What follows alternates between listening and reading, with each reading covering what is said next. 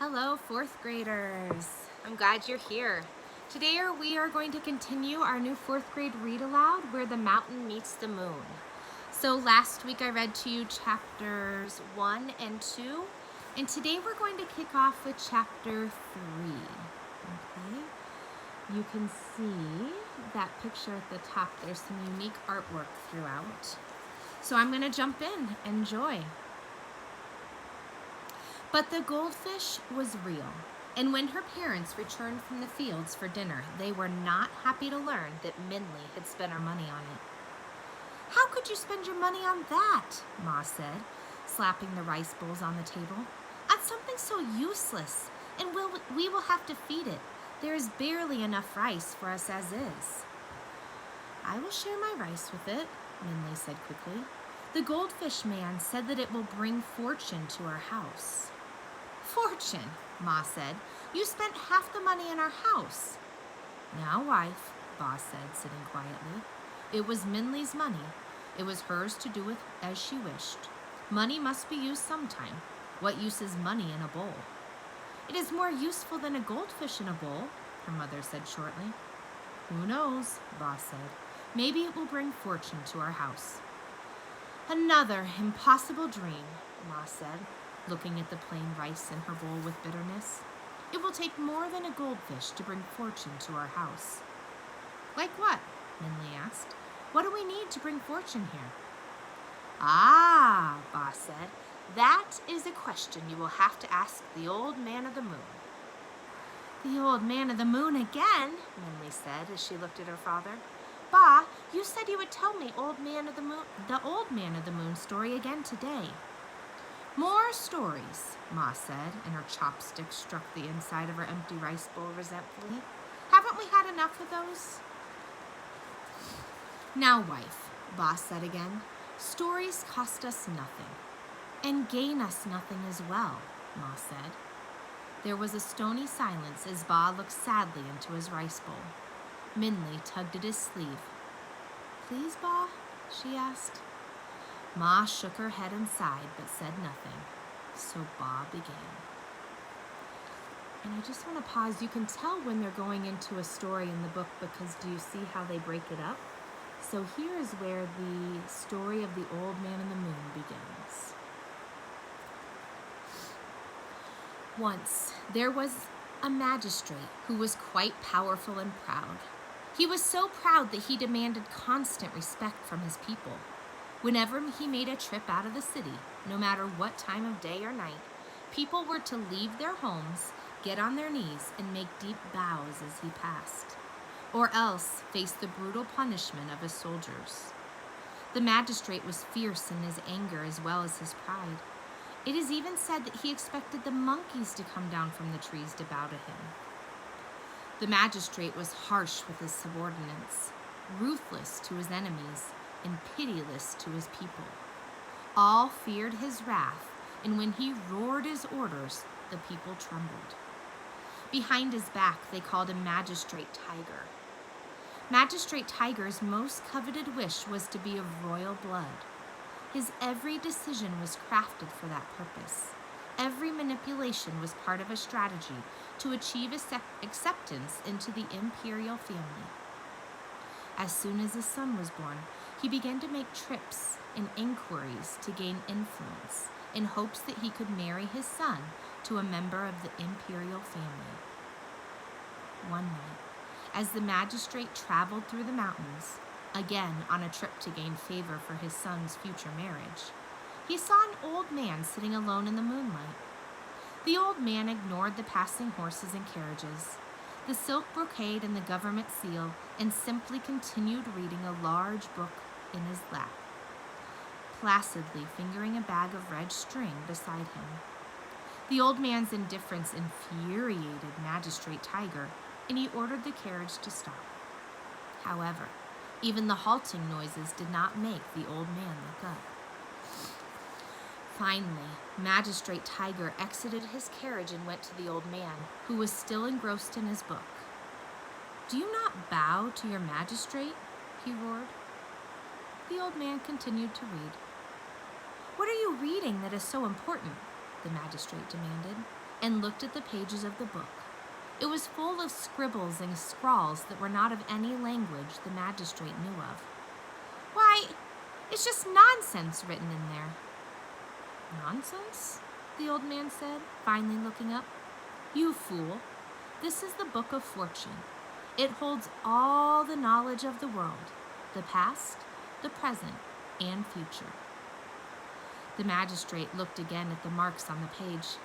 "I cannot read it," he said. "Of course not," the man said, "but I, the old man of the moon, guardian of the Book of Fortune, can read it, and with it I can answer any question in the world." "You can answer any question in the world?" the magistrate scoffed. "Very well. Who will my son marry when he is of age?" The old man of the moon flipped the pages of the book. He said to himself. "Yes, here it is. Your son's future wife is now the 2-year-old daughter of a grocer in the next village." "The daughter of a grocer?" the magistrate spat. "Yes," the old man in the moon continued. "Right now she is wrapped in a blue blanket embroidered with white rabbits, sitting on the lap of her blind grandmother in front of her house." "No," the magistrate said. "I won't allow it." "It's true," the old man said. "They are destined to be husband and wife. I myself tied the red cord that binds them." "What red cord?" Magistrate Tiger demanded. "Do you know nothing? I tie together everyone who meets with these red threads." The old man sighed, holding up his bag full of red string. "When you were born, I tied your ankle to your wife's ankle with a red thread, and as you both grew older, the line became shorter until you eventually met. All the people you've met in your life have been brought to you by the red cords I tied. I must have forgotten to tie the end of one of the lines, which is why you are meeting me now. I won't do that again." "I don't believe you," the magistrate said. "Believe or don't believe," the old man said, standing up and putting the big book on his back. "We have reached the end of our thread, and I will now leave." The magistrate stared in dumbfounded silence as the old man of the moon walked away up the mountain. "Crazy old man," the magistrate said finally. "What a waste of my time." The magistrate returned to his carriage and continued on, but as they drove through the next village, he saw an old blind woman holding a baby girl in front of a house. The girl was wrapped in a blue blanket embroidered with white rabbits, just as the old man of the moon had said. Magistrate Tiger burned with anger. "I will not let my son marry a grocer's daughter," he vowed. So after he arrived at his guest house, the magistrate secretly ordered one of his servants to return to the grocer's home and stab the girl with a knife. "That will take care of her," he thought to himself. Many years later, Magistrate Tiger had his dream fulfilled. He was finally able to obtain a match for his son with one of the emperor's many granddaughters, and his son would inherit the rule of a remote city. On the wedding day, Magistrate Tiger bragged to his son about how he had arranged the marriage and outwitted the old man of the moon. The son, who was not like his father, said nothing, but after the wedding ceremony, sent a trusted servant to find the grocer's family to make amends. In the meantime, he became acquainted with his bride and was happy to find that both were pleased with each other. He found his new wife beautiful. Sorry, I just lost my spot.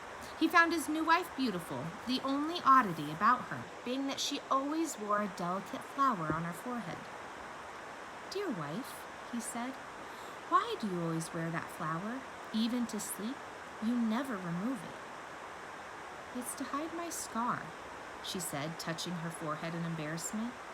"When I was a child, no older than 2, a strange man stabbed me with a knife. I survived, but I still have this scar." And at that moment, the trusted servant came rushing in. "Master," he said, "I made the inquiries you asked for. In a flood many years ago, the grocer's family perished. except for the daughter. The king of the city, the emperor's 9th son, then adopted the daughter and raised her as his own. And that daughter is your wife.